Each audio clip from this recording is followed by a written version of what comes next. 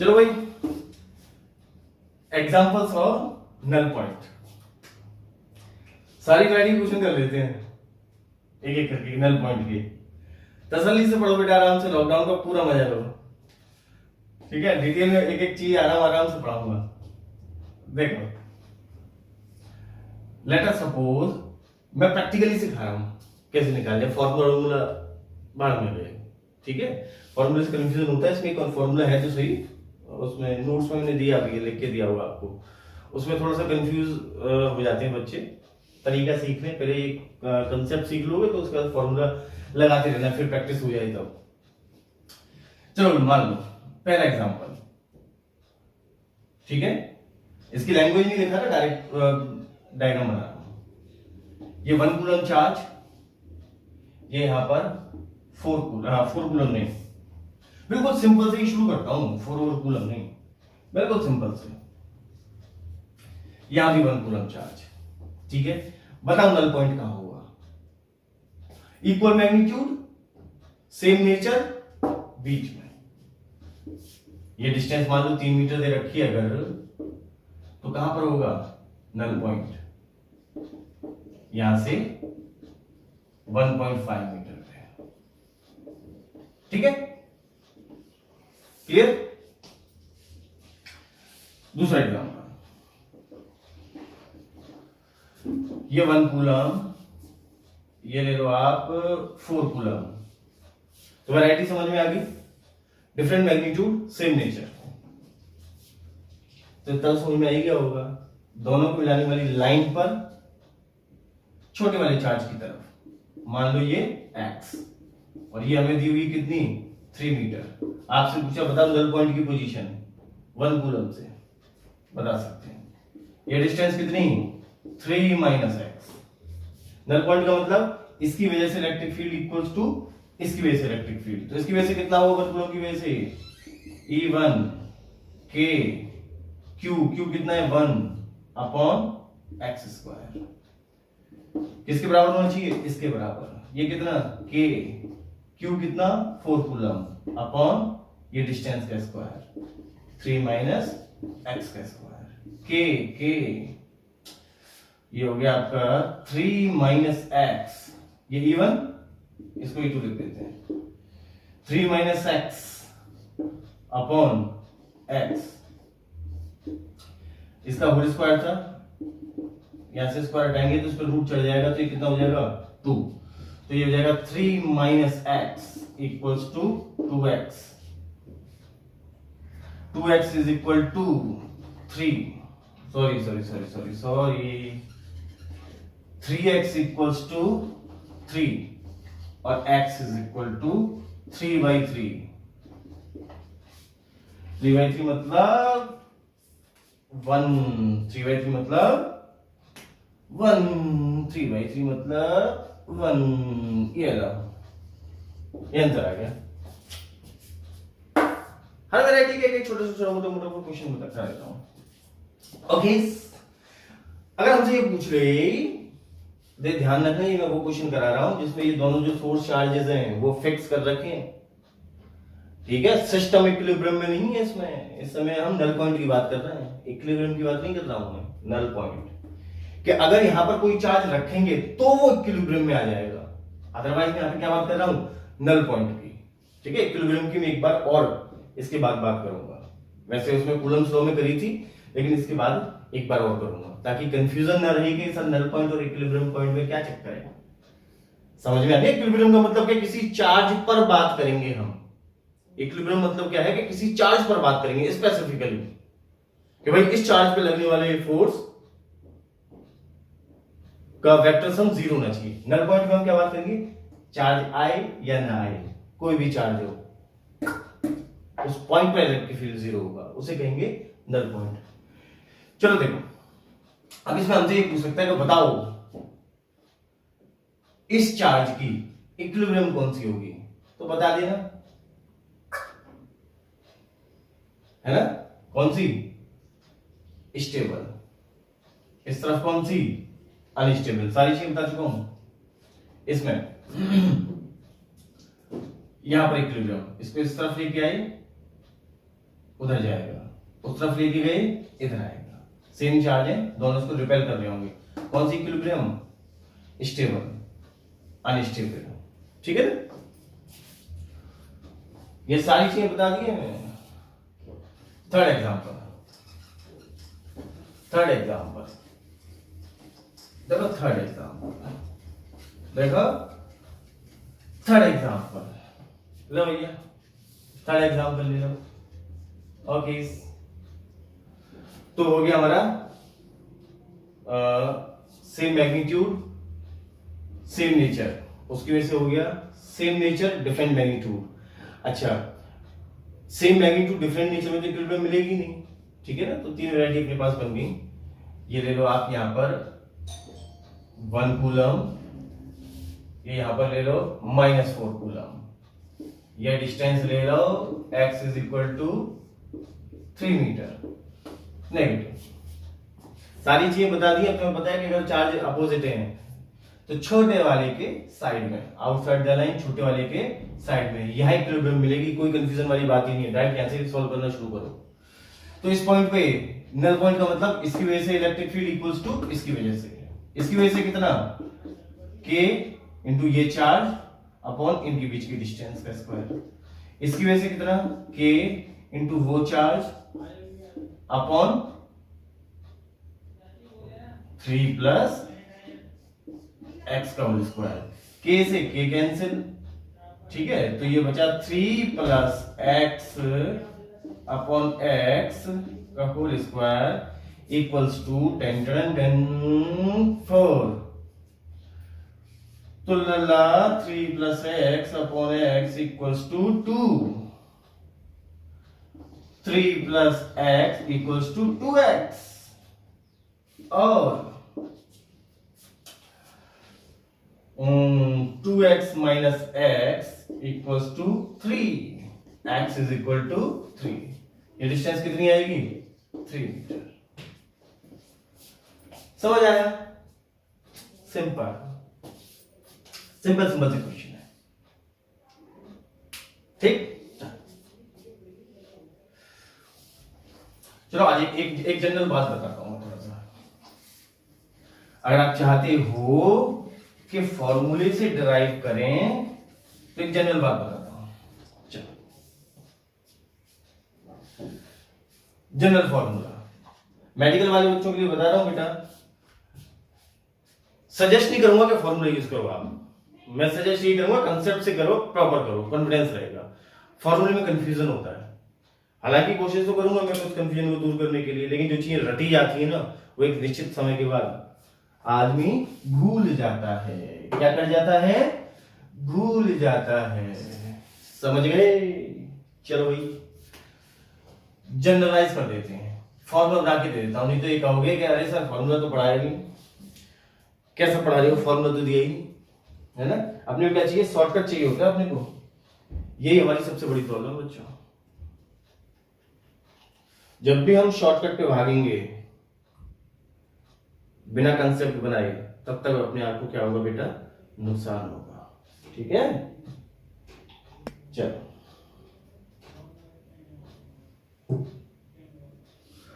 हाँ जी,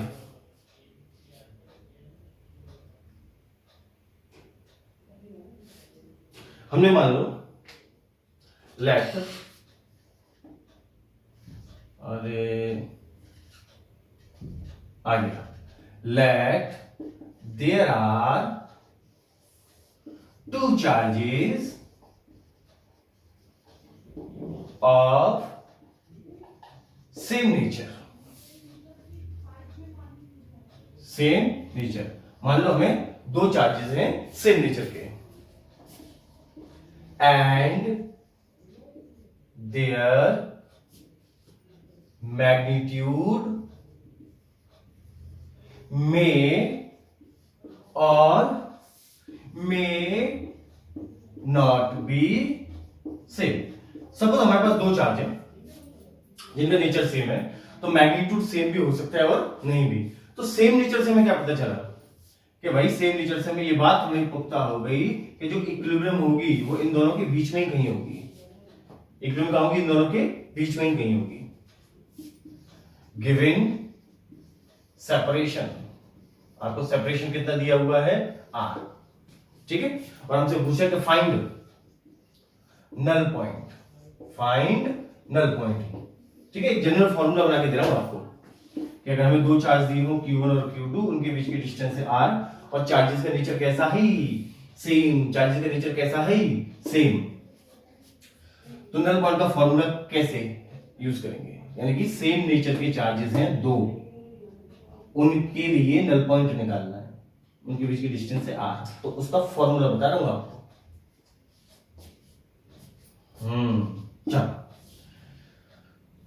सपोज हमें जो डिस्टेंस निकालनी नल पॉइंट, मान लो नल पॉइंट की डिस्टेंस Q1 चार्ज से कितनी हो गई x। अच्छा ये तो अंडरस्टूड है कि ये ठीक बीच में ही आएगा, इतना तो याद रख सकते हो कि नहीं रख सकते, मेरे ऊपर एहसान कर सकते हो नहीं कर सकते हो इतना, ये तो पता ही है ना। सेम नेचर की चार्ज है तो इन दोनों को मिलाने वाली लाइन के बीच में कहीं आएगा, सेम मैग्नीट्यूड हो जाएंगे तो बिल्कुल बीच में पहुंच जाएगा। एक बड़ा और एक छोटा चार्ज है तो छोटे वाले चार्ज की तरफ खिसक जाएगा। चलो तो मान लो इस पॉइंट पे नल पॉइंट है यहां पर, तो देखो अगर यहां पे नल पॉइंट है तो हम लिख सकते हैं कि एट नल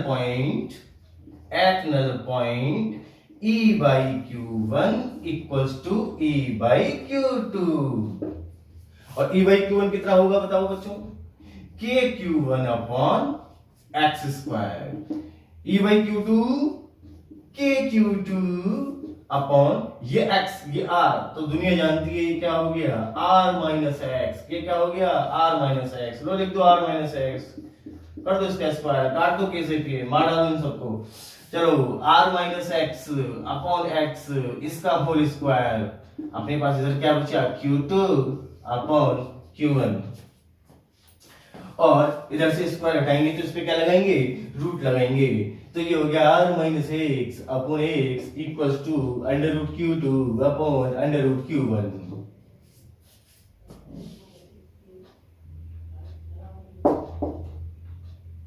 अरे जगह कम पड़ गई बच्चों, अब यहां से लिखूंगा दोबारा, कह रहा हूं यहां तक नोट कर लो।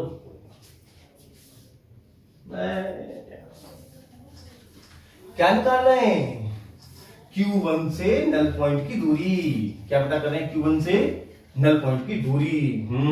तो देखो r minus x upon x, तो x को एक काम करो इधर मल्टीप्लाई करा दो और Q1 को इधर मल्टीप्लाई करा दो, तो ये हो गया Q1 को इधर मल्टीप्लाई करा देंगे तो अंडर रूट Q1 और ये हो जाएगा अंडर रूट Q2x, यही हुआ ना। हाँ तो under root Q1 into r minus under root Q1 into x is equal to under root Q2 into x. क्या चाहिए x, क्या चाहिए x, ओ हो, तो x वाले टर्म को एक तरफ ले लो, ले लिया एक तरफ, Q1x Q2x under root Q1 into r, x common ले लो, root Q1 root Q2 root Q1 into r, और x इज इक्वल टू आ गया root Q1 into r upon root Q1 plus root Q2।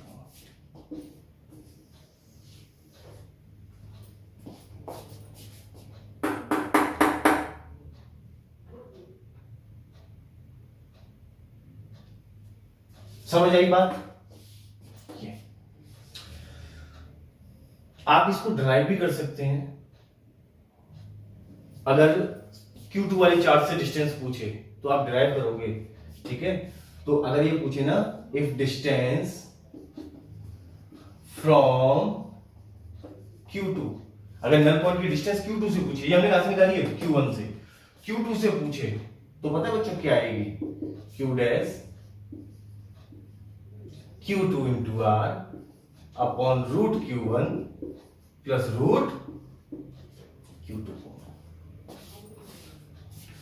Root Q1 plus root Q2, मतलब यहां पर ऊपर वाला चार्ज आएगा जिस चार्ज से डिस्टेंस पूछी जा रही है, जिस चार्ज से डिस्टेंस पूछी जा रही है, और r क्या है, आर अलग चीज है। आर क्या है? Distance between Q1 and Q2, distance between Q1 and Q2। ये फॉर्मूला आ गया। तो अब आप कहोगे सर ये तो मतलब ये तो सेम टाइप के नेचर के चार्जेस हैं, उनके लिए फॉर्मूला है। अभी नेचर चार्जेस के अपोजिट होते तो क्या? आ जाओ देखते हैं। ये समझ में आया? अभी ये रटना नहीं है, लास्ट में एक फॉर्मूला दे दूंगा, उसको रट लेना। समझ लो पहले कंडीशन क्या है, पहले कंडीशन समझ लो क्या है, तब कोई छूचा पड़ा करना ज्यादा। देखो भाई,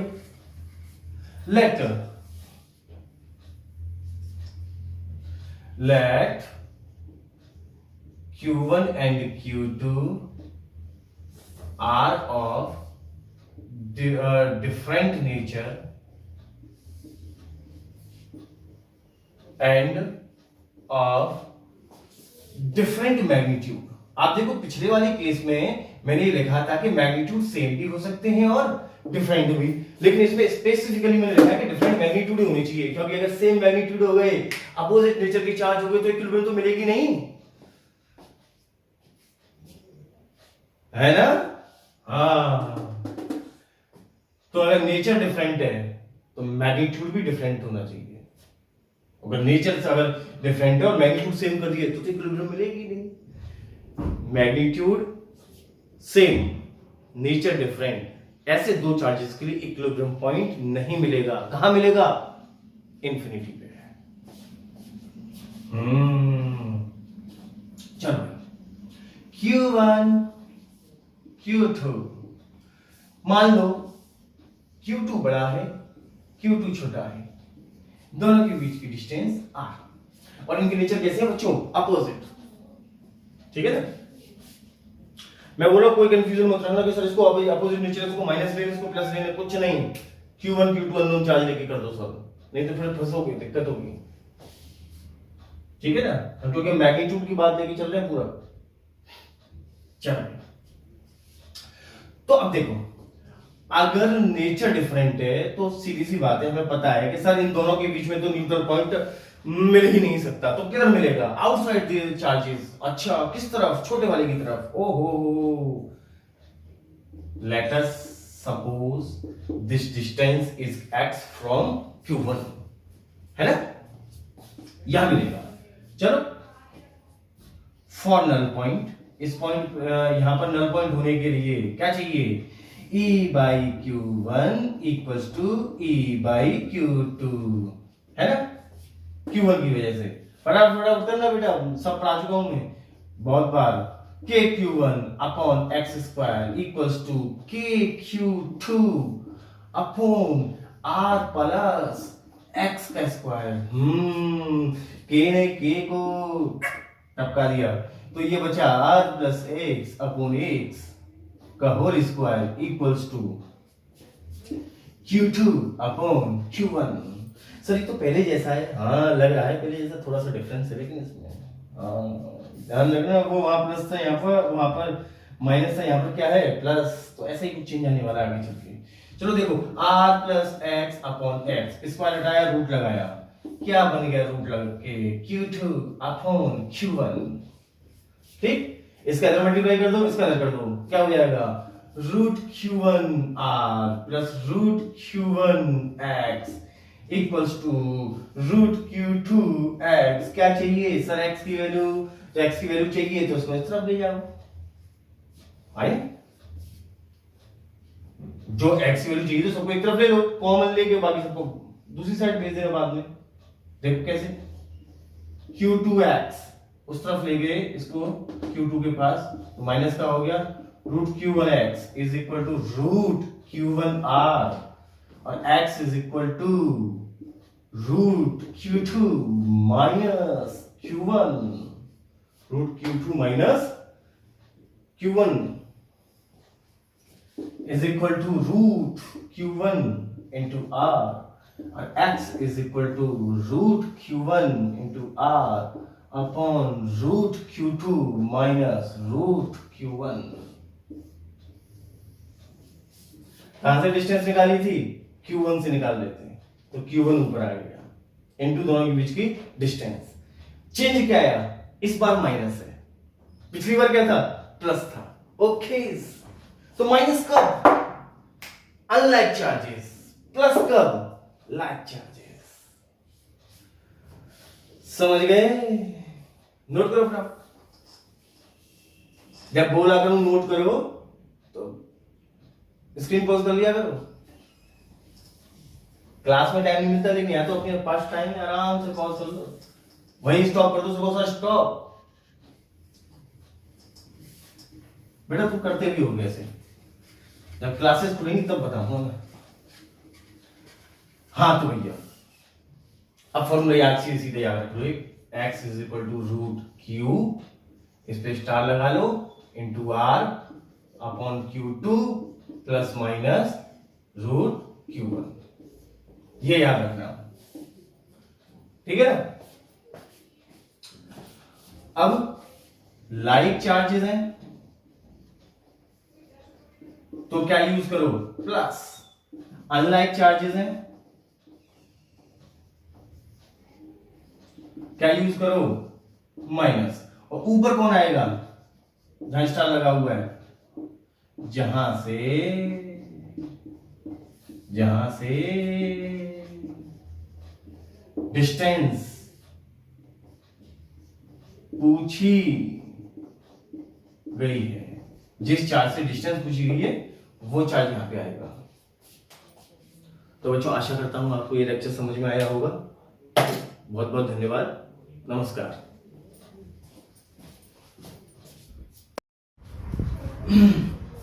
इक्विलिब्रियम ऑफ सिस्टम,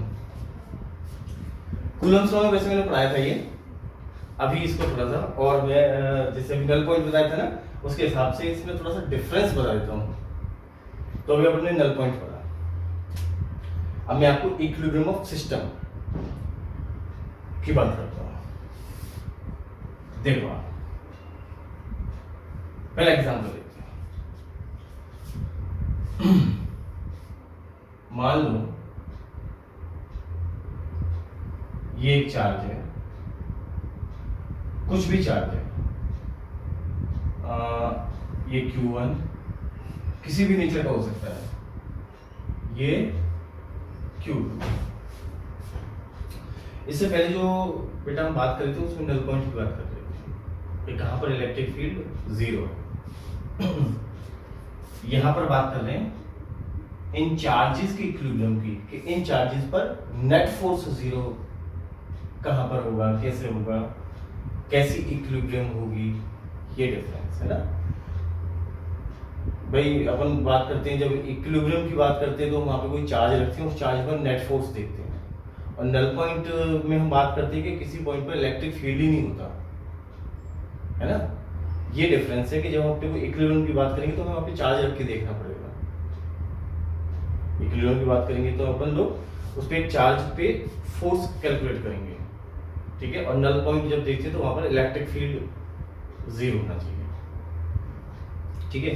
और यहाँ इक्विलिब्रियम में बात करेंगे तो हम देखेंगे कि हर चार्ज पे, ये सिस्टम की इक्विलिब्रियम में बात करेंगे तो हर चार्ज पर नेट फोर्स देखेंगे जीरो है या नहीं। तो देखो कोई दो चार्ज रखे हुए हैं, ये दोनों चार्ज सेम नेचर के भी हो सकते हैं, ये दोनों चार्ज अपोजिट नेचर के भी हो सकते हैं। तो आप मुझे एक बात बताओ, क्या ये दो चार्ज रखे हैं, क्या ये दोनों चार्ज मिलकर इक्विलिब्रियम में हो सकते हैं? क्या ये दोनों चार्ज मिलकर इक्विलिब्रियम में हो सकते हैं? इन दोनों चार्जों को हमने रखा तो हमें क्या ऐसा हो सकता है कि इस चार्ज पर नेट फोर्स जीरो हो जाए? क्या ऐसा हो सकता है कि इस चार्ज पर नेट फोर्स जीरो हो जाए? देखते हैं। इस चार्ज पर ये फोर्स लगाएगा, force on charge 2 due to 1। इस पर इधर फोर्स लगेगा, force on charge 1 due to 2। तो आप देखो ये इस पे एक ही तो फोर्स लगाएगा, ये इस पे एक ही फोर्स लगाएगा। तो एक जब फोर्स लगाएगा तो इस पर नेट फोर्स तो जीरो होगा ही नहीं, क्योंकि नेट फोर्स जीरो होने के लिए कम से कम अपने को दो फोर्स तो चाहिए, कम से कम अपने को दो फोर्स तो चाहिए। तो यानी कि ये दोनों चार्ज इक्विलिब्रियम में अगर दो हैं तो पॉसिबल नहीं है। तो ये सिस्टम हम ही कहते हैं कि ये सिस्टम इक्विलिब्रियम में है, तो ऐसा पॉसिबल नहीं है। हम ये बोले कि ये भी इक्विलिब्रियम में साहब, ये भी इक्विलिब्रियम में, हो ही नहीं सकता। ये इसको भगा देगा, ये इसको भगा देगा। अगर अपोजिट नेचर के हैं तो ये इसको खींचेगा, ये इसको खींचेगा। तो मोटी मोटी बात हमें समझ में आई कि दो चार्जेस हैं अगर, तो दोनों चार्जेस इक्विलिब्रियम में नहीं हो सकते जब तक कि हम बाहर से पकड़ के जबरदस्ती ना बैठाएं। अगर हमने इसको यहाँ छोड़ दिया ऐसे, तो इक्विलिब्रियम में नहीं होंगे। सेम नेचर के होंगे तो भाग जाएंगे, अपोजिट नेचर के होंगे तो पास आ जाएंगे। ठीक है ना? क्योंकि देखो एक चार्ज पे नेट फोर्स 0 होने के लिए कम से कम आपको दो फोर्स तो चाहिए ना, तभी तो इक्विलिब्रियम आएगी। अच्छा, तो हमें बात समझ में आई कि दो चार्जेस अगर हैं तो ये दोनों चार्जेस इक्विलिब्रियम में नहीं हो सकते। ठीक बात। हमें एक चार्ज पे नेट फोर्स 0 करने के लिए कम से कम दो फोर्स चाहिए, कम से कम दो फोर्स चाहिए। तो दो फोर्स के लिए एक लाइन पर हमें कोई ना कोई एक तीसरा चार्ज प्लेस करना पड़ेगा, कोई ना कोई एक तीसरा चार्ज प्लेस करना पड़ेगा बच्चों। अब मैंने मान लो यहाँ पर तीसरा चार्ज रख दिया Q3। हाँ, अब हो सकता है कि ये चार्ज इक्विलिब्रियम में हो, क्योंकि देखो एक फोर्स ये लगाएगा, एक फोर्स ये लगाएगा। इस चार्ज पे बात करें तो एक फोर्स ये लगाएगा, एक फोर्स ये लगाएगा। इस चार्ज पे बात करें तो एक फोर्स ये लगाएगा, एक फोर्स ये लगाएगा। यानी कि इक्विलिब्रियम में लाने के लिए सारे चार्जेस को हमें कितने चार्ज मिनिमम चाहिए बेटा? जब हम बाहर से कोई फोर्स ना लगाएं, जब हम बाहर से कोई फोर्स ना लगाएं, कितने चाहिए? कम से कम 3 चाहिए। कम से कम कितने चाहिए? 3। ठीक, ऐसे हमने रख दिया एक लाइन में, तो 3 से इक्विलिब्रियम आ सकती है। अब आप एक बात सोचो कि अगर मैं इसको एक ही लाइन पे ना रखूं, थर्ड चार्ज को कहीं यहां रख दूं, इधर, ठीक है? तो आप देखो किसी भी चार्ज पे आप देखो, जैसे मैं इस पे बात करता हूं, इसकी वजह से अगर सेम नेचर के हैं तो इधर फोर्स लगेगा, इसकी वजह से इधर फोर्स लगेगा। क्या इन दोनों का नेट फोर्स 0 हो सकता है? नहीं हो सकता, अपोजिट डायरेक्शन में नहीं। अगर ये अपोजिट नेचर के होते ये और ये, तो ऐसे फोर्स इसकी वजह से लगता है, ऐसे इसकी वजह से लगता है, तब भी इन दोनों का नेट 0 नहीं हो सकता, है ना? अच्छा, इस चार्ज पे बात करते हैं, इस वाली चार्ज पे, ये Q3, इस पे ये फोर्स लगाएगा या तो रिपल्शन का या अट्रैक्शन का, या रिपल्शन का या अट्रैक्शन का।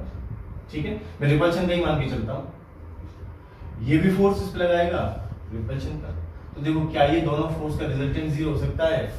नहीं हो सकता। इस चार्ज पे बात करो, इस पे ये इधर लगाएगा, इस पे ये इधर लगाएगा। क्या इन दोनों का रिजल्टेंट 0 हो सकता है? नहीं हो सकता। अपोजिट नेचर के लेंगे तो ये इधर लगाएगा, ये इधर लगाएगा, तो इन दोनों का भी नेगेटिव, इन दोनों का भी रिजल्टेंट 0 नहीं हो सकता। तो हमें क्या बात समझ में आई कि अगर हमारे पास 3 चार्ज हैं, अगर हमारे पास 3 चार्ज हैं और हम उनको कुछ इस तरह से रखना चाहें कि वो तीनों चार्जेस इक्विलिब्रियम में आ जाएं, वो तीनों चार्जेस किस में आ जाएं बेटा? इक्विलिब्रियम में। तो वो चार्जेस कैसे होने चाहिए? एक ही लाइन में रखे होने चाहिए। वो चार्जेस एक ही लाइन में रखनी चाहिए। अगर लाइन के आउटसाइड अगर हमने रख दिया चार्ज, तो इक्विलिब्रियम मिलना पॉसिबल नहीं है। यहां पर इस बात में खास डिफरेंस समझना कि ये चार्जेस, बाकी सारे चार्जेस हमने एक्सटर्नल फोर्स लगाकर प्लेस नहीं कर रखे, हमने रख के सिर्फ छोड़ दी गई। इससे पहले जो हमने चीजें पढ़ी थी उसमें हमने चार्जेस को फिक्स कर दिया था एक्सटर्नल फोर्स की वजह से, तुम यही रहोगे। अब नल पॉइंट निकालना है ना? ये डिफरेंस है।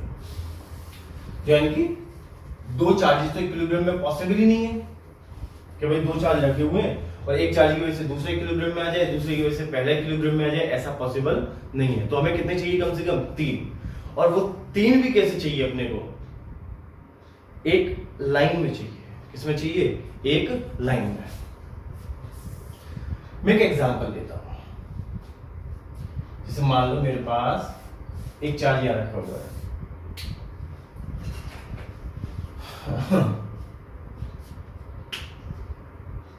मान लो मेरे पास ये यहाँ एक चार्ज रखा हुआ है 1 कूलम। इससे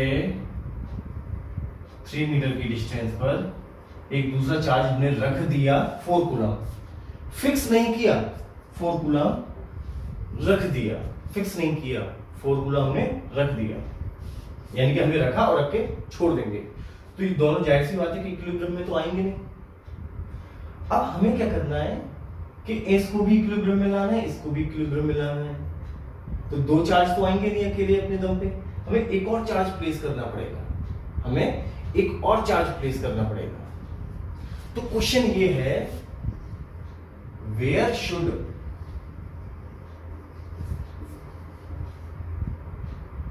and of what magnitude, where should and of what magnitude be a third charge placed to be in equilibrium of system। ठीक है, वो थर्ड चार्ज को हम कहां रखेंगे, पूरा सिस्टम इक्विलिब्रियम में आ जाएगा। ठीक है, तो सबसे पहली चीज कि जहां थर्ड, अगर सिस्टम इक्विलिब्रियम में होना है तो जो थर्ड चार्ज रखेंगे हम, वो भी बच्चों किस में आना चाहिए, थर्ड चार्ज वो भी इक्विलिब्रियम में होना चाहिए, वो भी किस में होना चाहिए, इक्विलिब्रियम में। अच्छा, तो पहले तो उसको बात कर लेते हैं, उस चार्ज की इक्विलिब्रियम की पता कर लेते हैं कि वो चार्ज कहां पर रखा हो कि इक्विलिब्रियम में आ जाए, तो उसकी पोजीशन निकाल लेते हैं। तो आप देखो, अगर दो सेम नेचर के चार्जेस हैं तो इक्विलिब्रियम कहां मिलती है, दोनों चार्जेस को मिलाने वाली लाइन के बीच में, दोनों चार्जेस को मिलाने वाली लाइन के बीच में, ये बात याद है, दोनों चार्जेस को मिलाने वाली लाइन के बीच में। और किस तरफ मिलेगी बच्चों, छोटे वाले चार्ज के पास, किस तरफ, छोटे वाले चार्ज के पास। Let us suppose this distance is x, मान लो ये डिस्टेंस कितनी है, x, तो ये डिस्टेंस हमारे पास बची 3 माइनस x। हमने कहा कि वो एक चार्ज है q, तो यहां रख दिया, तो यहां पर ये चार्ज इक्विलिब्रियम में आ गया। ठीक है, इस पे बात कर ली हमने, इक्विलिब्रियम पे आ गया, तो ये डिस्टेंस कैलकुलेट कर लेते हैं। अगर ये इक्विलिब्रियम में है, इसका मतलब इस पर जो फोर्स लगेगा इसकी और इसकी वजह से वो मैग्नीट्यूड में इक्वल होगा और डायरेक्शन में अपोजिट होगा। ठीक है, उस पे एक 1 कूलम फोर्स लगाएगा, 4 कूलम फोर्स लगाएगा, किसके ऊपर, Q के ऊपर, जो कैसा होगा, मैग्नीट्यूड में इक्वल और डायरेक्शन में अपोजिट। देख लेते हैं इसका फोर्स, ये कितना फोर्स लगाएगा, K Q1 Q2 upon x square. ठीक है, इसका फोर्स K Q1, ये Q1, अब ये Q2 अपॉन इनके बीच की डिस्टेंस का स्क्वायर, अपॉन इनके बीच की डिस्टेंस का square, K Q 3 minus x upon x, इसका whole square is equal to 4। 3 minus x upon x equals to 2। 3 minus x equals to, ये इधर मल्टीप्लाई हो गया 2x, 3 is equal to 3x और x is equal to 1 metre. यानी कि हमें ये समझ में आ गया कि ये चार्ज, भाई अगर पूरा सिस्टम इक्विलिब्रियम में हमें रखना है तो ये चार्ज भी तो इक्विलिब्रियम में होना चाहिए। पहले तो इसकी पोजीशन हमने पता कर ली, और ये इक्विलिब्रियम में कहां होगा, जहां नल पॉइंट होगा, नल पॉइंट की पोजीशन हमें पता चल गई, क्या है, x is equal to 1 metre, ये 1 मीटर। इस चार्ज की बात होगी कि भाई ये वाला चार्ज तो यहाँ पे इक्विलिब्रियम में रहेगा। अब ये चार्ज चाहे प्लस का हो चाहे माइनस का हो, ये चार्ज तो इक्विलिब्रियम में रहेगा। अब हमें क्या करना है, इस चार्ज की वजह से इनको भी तो देखना है कि ये भी इक्विलिब्रियम में रहे, तो उसके लिए जरूरी है कि ये चार्ज कैसा हो, प्लस का हो या माइनस का हो, और इसका मैग्नीट्यूड कितना हो कि ये दोनों चार्ज भी इक्विलिब्रियम में आ जाए। ठीक है बेटा, आराम आराम से समझ रहे इस बात को। तो हमने इसकी पोजीशन पता कर ली, x is equal to 1 metre. ठीक है, अब इसको मैं रफ कर देता हूं, अगले स्टेप पे आते हैं। अब अगले स्टेप पे आते हैं। तो पिक्चर जो हमारी बनी वो कुछ ऐसी बनी, देखो ऐसी बनी पिक्चर। ये 1 कूलम, ये आपका 1 कूलम, यहां से 3 मीटर की डिस्टेंस पर 4 कूलम, यहां से 1 मीटर की डिस्टेंस पर ये चार्ज Q, और यहां से ये कितनी डिस्टेंस हो गई 2 मीटर, है ना, ये डिस्टेंस हो गई 2 मीटर। ठीक, अब मैंने क्या किया, ये चार्ज तो इक्विलिब्रियम में प्रूव हो गया। अब मैं इनमें से किसी चार्ज को देखता हूं इक्विलिब्रियम में आता है कि नहीं आता है। तो मैं इस चार्ज को देख लेता हूं, इस वाले चार्ज को, कि ये वाला चार्ज इक्विलिब्रियम में आएगा नहीं आएगा, 1 कूलम वाला।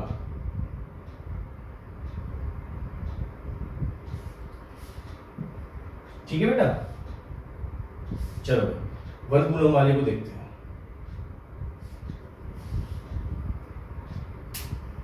1 कूलम वाला, अगर 1 कूलम वाला चार्ज, ठीक है, इक्विलिब्रियम में आना है, इसका मतलब इस वाले चार्ज और इस वाले चार्ज की वजह से जो फोर्स 1 कूलम पर लगेगा वो फोर्स मैग्नीट्यूड में इक्वल होना चाहिए और डायरेक्शन में अपोजिट होना चाहिए। तो आप देखो कि ये और ये तो सेम नेचर के चार्ज है, तो 4 कूलम वाला इसको इधर रिपेल करेगा, फोर्स ड्यू टू 4 कूलम इधर रिपेल करेगा, तो इसका फोर्स इस तरफ होना चाहिए और इसका फोर्स इस तरफ कब होगा, जब ये चार्ज कैसा होगा, नेगेटिव का। जब ये चार्ज कैसा होगा, नेगेटिव। ये अगर Q इक्वल टू नेगेटिव होगा तभी ये 1 कूलम को इस तरफ अट्रैक्ट करेगा, अदरवाइज दोनों ही फोर्स एक डायरेक्शन में चले जाएंगे और 1 कूलम इक्विलिब्रियम में रहना उसका पॉसिबल नहीं है। तो एक बात तो हमें पता चल गई कि ये कैसा है, नेगेटिव होना चाहिए इसकी इक्विलिब्रियम के लिए। अभी उसकी बात नहीं करी हमने, इसकी इक्विलिब्रियम के लिए। तो यानी कि तो ये हमें किससे कैसे रख देते हैं, इसको नेगेटिव रख देते हैं, इसको नेगेटिव रख देते हैं। ठीक है, तो इस पे 1 कूलम पे फोर्स 4 कूलम की वजह से इस तरफ, Q कूलम की वजह से इस तरफ। ठीक, अब Q की वैल्यू निकालते हैं, यानी कि इस चार्ज पे लगने वाले फोर्स Q और 4 कूलम की वजह से equal in magnitude, opposite in direction. तो देखो Q की वजह से इस पे कितना फोर्स लगेगा, 1 कूलम पर कितना फोर्स लगेगा Q की वजह से, K Q1 ये Q2 अपॉन इनके बीच की डिस्टेंस का स्क्वायर इज इक्वल टू इसका फोर्स K, ये Q1 हो गया इस समय, Q1 ये Q2 अपॉन इनके बीच की डिस्टेंस का स्क्वायर। देखो ये वाला, ये कितनी डिस्टेंस है, 4 और 1 के बीच में 3 का स्क्वायर। K से K कैंसिल, तो आपका बच्चा Q इज इक्वल टू 4/9। कैसा बच्चों, minus, Q is equal to 4/9 minus. इससे क्या हुआ, इससे ये चार्ज इक्विलिब्रियम में प्रूव हो गया, क्योंकि भाई इस चार्ज की तो यहां पर इस पॉइंट पर तो कुछ भी वैल्यू हो चार्ज की वो तो न्यूट्रल इक्विलिब्रियम में रहेगा ही रहेगा, क्योंकि यहाँ पर हमें कौन सा पॉइंट मिला था, नल पॉइंट। वहां पर इलेक्ट्रिक फील्ड 0 था, कोई भी चार्ज रखो उस पर कोई फोर्स लगेगा ही नहीं। लेकिन इसको भी इक्विलिब्रियम में आने के लिए इसकी वैल्यू कितनी अपने को चाहिए, -4/9 कूलम। तो ये भी इक्विलिब्रियम प्रूव हो गया। अब इसको देखते हैं, इसको ये इक्विलिब्रियम में होने के लिए ये वाला चार्ज इस पर भी क्या होना चाहिए, Q की वजह से और 1 कूलम की वजह से फोर्स कैसा होना चाहिए, इक्वल होना चाहिए, मैग्नीट्यूड में अपोजिट होना चाहिए बेटा डायरेक्शन में। देखो तो 1 कूलम इस पे कैसा फोर्स लगाएगा, रिपल्शन का, और ये माइनस का है तो ये कैसा लगाएगा, अट्रैक्शन का। कैसा लगाएगा, अट्रैक्शन का। ठीक है, तो इसको प्रूव कर लेते हैं। 1 कूलम का फोर्स रिपल्शन का कितना, फोर्स बाई 1 कूलम, और इसकी वजह से फोर्स बाई क्यू कूलम। तो आप एक चीज देखो बेटा, अगर ये इक्विलिब्रियम में है तो इसका मतलब इसमें दोनों फोर्स इसकी वजह से और इसकी वजह से बराबर होनी चाहिए। देख लेते हैं बराबर है कि नहीं है। भाई ये दोनों तो इक्विलिब्रियम में हमने कर दिए प्रूव, इसको और देखते हैं। देखो 1 कूलम कितना फोर्स लगाएगा उस वाले डायरेक्शन में, कि ये चार्ज 1 मान लो 1 कूलम को, Q1, ये Q2 अपॉन 3 का स्क्वायर, तो ये मिला हमें 4K/9। ये क्या है, force by 1 coulomb on 4 coulomb. अच्छा फोर्स बाई क्यू कूलम देखो, फोर्स बाई क्यू कूलम कितना, K Q1 की वैल्यू कितनी है 4/9, Q1 Q2 अपॉन इनके बीच की डिस्टेंस का स्क्वायर, और इनके बीच की डिस्टेंस कितनी है बच्चों 2 मीटर, और 2 मीटर का स्क्वायर कितना हो जाएगा 4। तो फोर्स बाई क्यू कूलम कितना आया, 4 से 4 कैंसिल, तो ये आ गया 4K/9। ओके ठीक है, यानी कि 1 कूलम की वजह से भी फोर्स 4K/9, क्यू कूलम की वजह से भी फोर्स कितना 4K/9। और देखो ये माइनस का है, ये प्लस का है, तो ये इसको ये वाला चार्ज इसको अट्रैक्ट करेगा, 1 कूलम उसको रिपेल करेगा, यानी कि इक्वल मैग्नीट्यूड के अपोजिट डायरेक्शन में। तो ये वाला चार्ज भी किसमें प्रूव हो गया बेटा, इक्विलिब्रियम में। ये वाला चार्ज भी किसमें प्रूव हो गया, इक्विलिब्रियम में। समझ में आई बात। अच्छा अब इसमें मैं आपको एक कॉन्सेप्चुअल बात बताता हूं कि आप जब भी दो चार्जेस को इक्विलिब्रियम में प्रूव कर दो तो आपको थर्ड चार्ज को इक्विलिब्रियम में प्रूव करने की जरूरत नहीं पड़ेगी। आपको थर्ड चार्ज को इक्विलिब्रियम में प्रूव करने की जरूरत नहीं पड़ेगी। देखो क्यों नहीं पड़ेगी, वो ऑटोमेटिकली प्रूव हो जाएगा। देखो समझो आपको, मैं इसको रफ कर दूं, देखो क्यों, कैसे प्रूव हो जाएगा।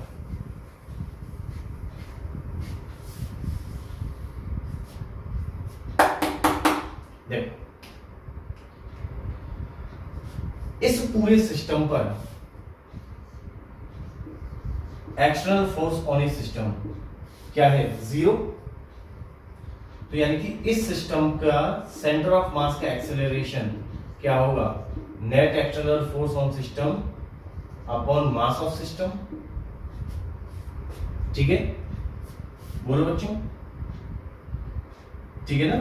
तो देखो एक्सटर्नल फोर्स इस पे सिस्टम पे 0 है, इस सिस्टम पर सिर्फ इंटरनल फोर्सेस लग रहे हैं। सिर्फ क्या लग रहे हैं, इंटरनल फोर्सेस। एक्सटर्नल फोर्स तो लग ही नहीं रहा।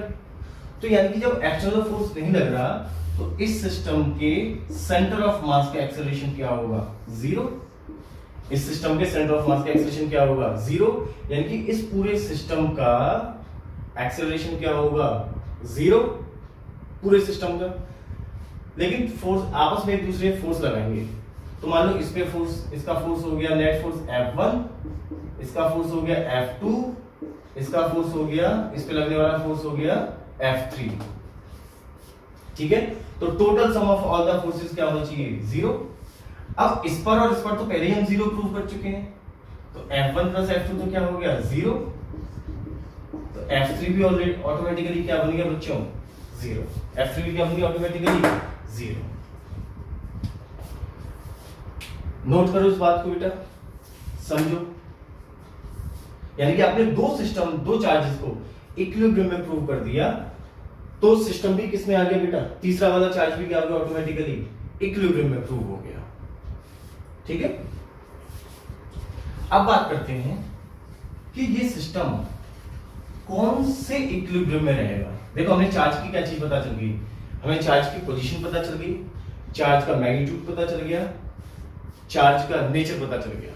चौथी चीज जो इसमें पूछी जा सकती है कि भाई ये इक्विलिब्रियम है कौन सी, ये इक्विलिब्रियम है कौन सी। तो देखो बेटा, जब भी अगर आप इस इक्विलिब्रियम को डिस्टर्ब करोगे तो आपको एक्सटर्नल फोर्स लगाना पड़ेगा। तो आपको क्या करना पड़ेगा, एक्सटर्नल फोर्स लगाना पड़ेगा। तो यानी कि आप एक एक्सटर्नल फोर्स लगाओगे इस पे, तो मास ये हो जाएगा, external force is equal to mass into acceleration of centre of mass. तो आप फोर्स लगाओगे एक्सटर्नल, तो mass into acceleration of centre of mass zero के इक्वल नहीं होगा, यानी कि acceleration of centre of mass zero नहीं होगा।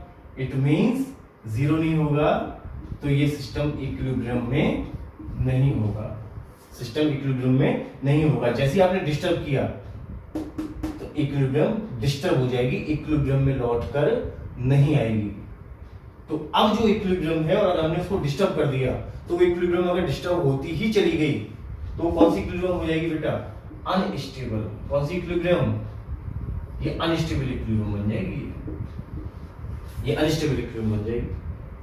देखो आप प्रैक्टिकली भी देख सकते हो, इस चार्ज को अगर मैं इसके पास ले आऊंगा, थोड़ा सा भी डिस्टर्ब कर देंगे हम इसकी इक्विलिब्रियम डिस्टर्ब करने के लिए, जैसे इसको हम पास लेके इधर, तो ये क्या करेगा? इस चार्ज को इधर खींचेगा और उस चार्ज को उधर भगा देगा, तो ये चार्ज इसके नजदीक आ जाएगा और वो चार्ज इस 1 कूलम से दूर भाग जाएगा। देखो ऐसे समझो, ये Q, ये 1 कूलम, ये -4/9 कूलम और ये 4 कूलम। इस समय का इक्विलिब्रियम है। अब कैसी इक्विलिब्रियम है ये देखनी है। अब अगर मैंने 1 कूलम को इधर शिफ्ट किया तो देखो इसके और इसके बीच की डिस्टेंस कम हो जाएगी, तो अट्रैक्शन का फोर्स बढ़ जाएगा, और अट्रैक्शन का फोर्स बढ़ जाएगा तो ये चार्ज लौट के थोड़ी आएगा ना, ये चार्ज वहीं पे रहेगा, ये आपस में एक दूसरे के नजदीक आ जाएंगे। और जब इसको मैं इस तरफ लेके आया हूं तो 1 कूलम की और 4 कूलम के बीच की डिस्टेंस कम हो गई, तो फोर्स इनके बीच का भी बढ़ गया, और वो फोर्स कौन सा बढ़ गया? रिपल्शन का। तो ये चार्ज इससे दूर भाग जाएगा और ये चार्ज इसके पास आ जाएगा, यानी कि 1 और 4 कूलम के बीच की डिस्टेंस बढ़ जाएगी और इसके बीच की डिस्टेंस कम हो जाएगी। बच्चों बात समझ में आई? तो जिस डायरेक्शन में हमने डिस्प्लेस किया रायता फैल गया, डिस्टर्ब हो गई इक्विलिब्रियम, होती चली गई, ये भाग गया उधर, ये आपस में मिल गए। कौन सी इक्विलिब्रियम? Unstable equilibrium. कौन सी इक्विलिब्रियम बेटा? Unstable equilibrium.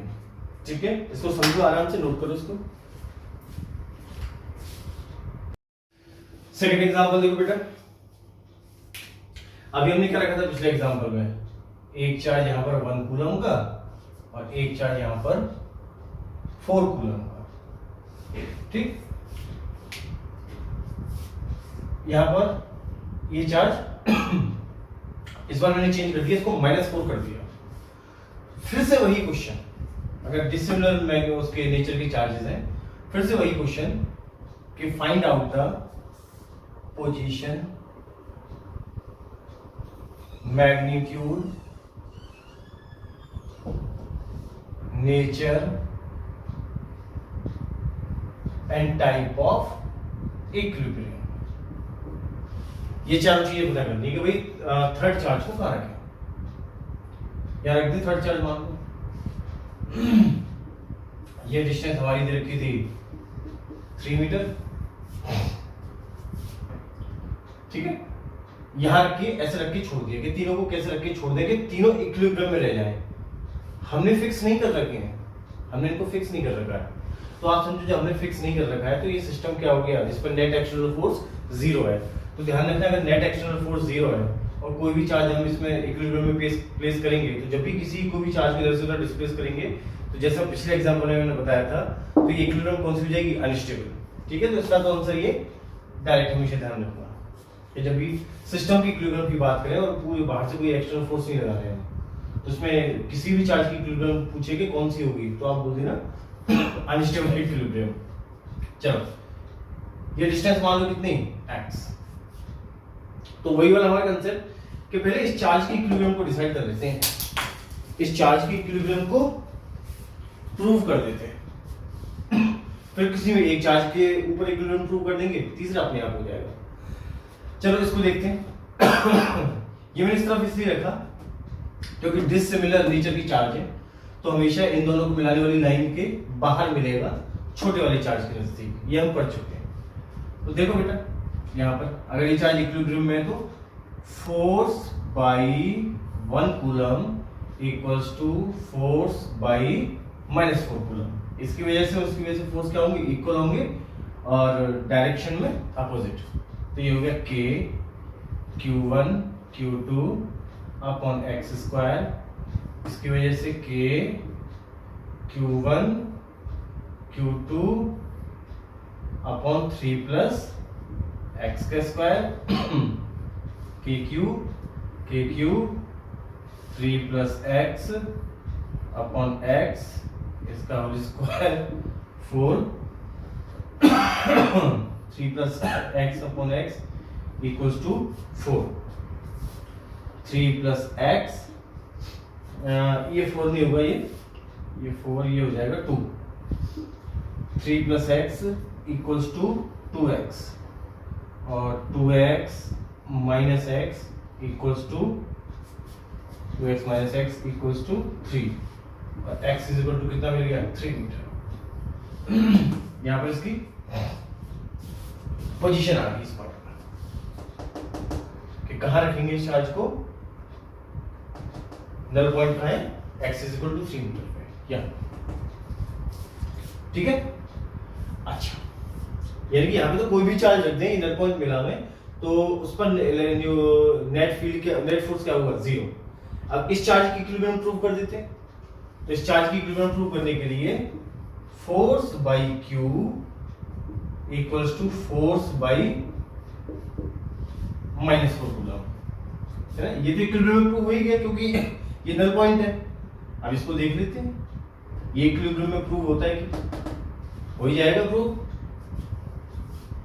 ठीक है, ये भी प्रूव हो जाएगा। लेकिन एक चीज ध्यान रखो, ये चार्ज कैसा होना चाहिए भाई, इस चार्ज की इक्विलिब्रियम के लिए तो ये कुछ भी हो, इस चार्ज की इक्विलिब्रियम के लिए तो ये कैसा भी हो, ये तो इक्विलिब्रियम में रहेगा। लेकिन हमें यहाँ पे सिस्टम की इक्विलिब्रियम की बात करनी है, तो हमें इस चार्ज पे निकालते हैं पहले, वही पुराना प्रोसीजर है। इस चार्ज पे इक्विलिब्रियम देखो, तो फोर्स बाई क्यू कितना आया, k q1 q2 upon x square equals to k q1 q2 upon 3 square k और ये हो गया आपका x की वैल्यू कितनी है ये में 3 मीटर, यहाँ पर 3 रख दो, Q की वैल्यू क्या आई 4 कूलम। ये Q कैसा होना चाहिए Q कैसा होना चाहिए बेटा, देखो ये माइनस का है तो ये इस वाले चार्ज को इधर खींच रहा होगा, तो अगर ये प्लस का होता तो इधर ही धक्का दे देता, तो ये कैसा होना चाहिए माइनस का।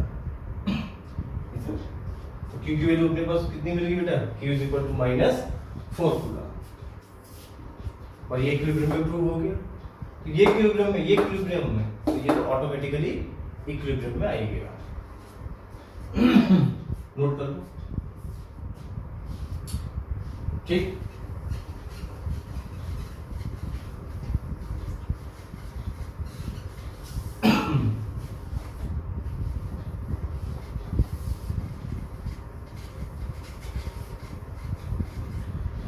चलो भाई बच्चों, ये सारी चीजें हुई हमारी इक्विलिब्रियम वाली, अच्छे से पढ़ना है इसको और उसके क्वेश्चन करना, ठीक है। अब इसके बाद जो नेक्स्ट वीडियो में ये बताऊंगा आपको कि इलेक्ट्रिक फील्ड पर, electric field due two point charge पर और इक्विलिब्रियम पर, इक्विलिब्रियम के क्वेश्चन तो हो ही गए, electric field due two point charge पर अपन कैसे कैसे क्वेश्चन सॉल्व करेंगे, ठीक है। तब तक के लिए गुड बाय।